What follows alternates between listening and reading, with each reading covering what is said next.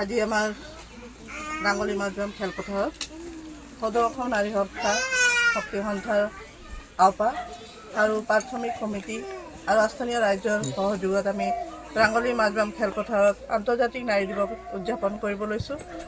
আজি আমি মুকলি খেল ধেমালি লগতে আমাৰ চৈত্যৰ্পণ পতাকা উত্তোলন কৰা হয় আৰু লগতে আমাৰ মুকলি সভা আৰম্ভ হৈছিলে।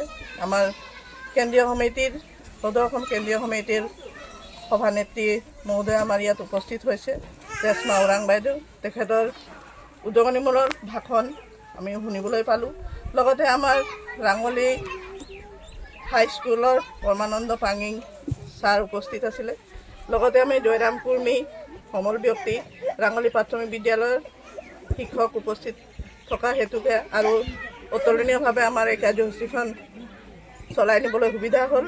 লগতে আমি সকলোকে ধন্যবাদ জনাইছোঁ। ৰাঙলীৰ মহিলাসকল ইয়াত উপস্থিত, দবা টিফুখাবিৰ পৰাও আহিছে আমাৰ আলহী অতিথি। লগতে আমাৰ ফুলবা চাম বাইদেউ প্ৰাক্তন সভানেত্ৰী, তেখেতকো আমি আদৰণি জনাইছোঁ আৰু সকলোকে ধন্যবাদ জনাই